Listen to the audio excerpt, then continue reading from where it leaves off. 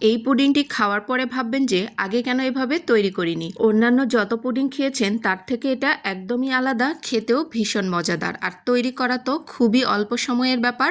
হাতের কাছে থাকা উপকরণ দিয়েই মজাদার এই পুডিংটি তৈরি করে নেওয়া যায়। প্রথমেই লাগবে সেমাই। আমি এখানে হাফ কাপের মতো লাচ্চা সেমাই নিয়েছি। আমি আগে থেকে একটা বাটিতে ক্যারামেল সেট করে রেখেছি, তার মধ্যে এখানে কিছুটা সেমাই দিয়ে নিচ্ছি। পুরোটা দেব না, অর্ধেকটা পরিমাণ দেব, আর বাকিটা পরবর্তীতে ব্যবহার করব। তো আমি অর্ধেকটা সেমাই বাটির মধ্যে চারিদিক থেকে ছড়িয়ে দিয়েছি। সেমাই দিয়ে পুরো ক্যারামেলটাকে আমি কোট করে নিয়েছি। এখন পুডিংয়ের ব্যাটার তৈরি করে নেব। তার জন্য নিয়ে নিচ্ছি 3টি ডিম।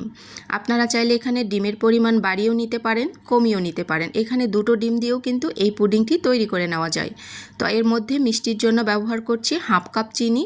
এরপর ভালো মতো করে চিনির সাথে ডিমগুলোকে মিশিয়ে নিতে হবে। এখানে ফোম করার কোনো প্রয়োজন নেই, জাস্ট নাড়াচাড়া করে ডিমগুলোকে চিনির সাথে ভালো মতো করে মিলিয়ে নিতে হবে। যতক্ষণ না চিনিটা গলে যায় ততক্ষণ নাড়াচাড়া করতে হবে। এরপর দিয়ে নেব দুধ। আমি এখানে 1 কাপ পরিমাণ ঠান্ডা ঘন লিকুইড দুধ ব্যবহার করেছি। চাইলে এখানে গুঁড়া দুধও ব্যবহার করতে পারেন। ডিমের গন্ধটা যাতে না থাকে সেজন্য এখানে ভ্যানিলা এসেন্স দিয়েছি হাফ টেবিল চামচ পরিমাণ। হাতের কাছে না থাকলে না দিলেও হবে। এরপর পুরো ব্যাটারটাকে বাটির মধ্যে ঢেলে নিচ্ছি। এরপর যে বাকি সেমাইটুকু রেখেছিলাম পুরো সেমাইটা উপর থেকে ছড়িয়ে নিচ্ছি। তো ব্যাস, পুডিংয়ের ব্যাটার একদম রেডি হয়ে গেছে। এটাকে ঢাকনা দিয়ে চুলায় বসিয়ে দেব ভাপে। তো আমি চুলার পানি গরম করতে এদিকে বসিয়ে নিয়েছি। এখন বাটিটাকে চুলার মধ্যে দিয়ে ঘড়ি ধরে 30 মিনিট এটাকে আমি ভাপিয়ে নেব। 30 মিনিট পরেই ফিরে আসছি।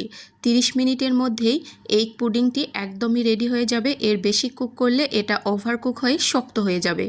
অবশ্যই এই বিষয়টা খেয়াল রাখবেন। 30 মিনিট চুলাটাকে জ্বালিয়ে এটাকে ভাপিয়ে নেবেন। এরপর বন্ধ করে ঠান্ডা হওয়ার পরে আপনারা অবশ্যই পুডিংয়ের বাটিটাকে মোল্ড আউট করবেন, কারণ ঠান্ডা হওয়ার আগে পুডিং যখন মোল্ড আউট করা হয় পুডিংয়ের সাইডগুলো ভেঙে যায় আর পুডিংটা দেখতেও খুব একটা ভালো লাগে না। তো পুডিংটা একদম রেডি হয়ে গেছে। এটাকে ঠান্ডা হওয়ার পরেই আমি মোল্ড আউট করে নেব। ফ্রিজে 20 মিনিটের মতো রেখে দিয়েছিলাম নর্মাল ফ্রিজে। এটা পুরোপুরি ঠান্ডা হওয়ার পরেই আমি এটাকে মোল্ড আউট করে নিচ্ছি। আর অবশ্যই এই বিষয়টা খেয়াল রাখবেন, ঠান্ডা অবস্থাতেই পুডিংটাকে মোল্ড আউট করবেন। গরম অবস্থাতেই করলে পুডিংটা একদমই ভেঙে যাবে। তো আমি দেখুন পুডিংটাকে মোল্ড আউট করে নিচ্ছি। এটা কতটা লোভনীয় হয়েছে মাশাআল্লাহ। এটা দেখতে অনেক বেশি লোভনীয় হয়েছে আর খেতেও কিন্তু দুর্দান্ত। দেখেই বুঝতে পারছেন কালারটা উপর থেকে একদমই পুড়ে যায়নি, কালারটা একদম ঠিকঠাক হয়েছে।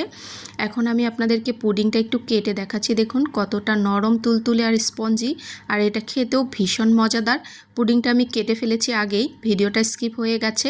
আর আপনাদেরকে আমি কাছ থেকে দেখিয়ে দিলাম এটা কতটা নরম তুলতুলে হয়েছে আর খেতেও ভীষণ মজাদার। ভালো লাগলে ভিডিওটি শেয়ার করবেন। আল্লাহ হাফেজ, আসসালামু আলাইকুম।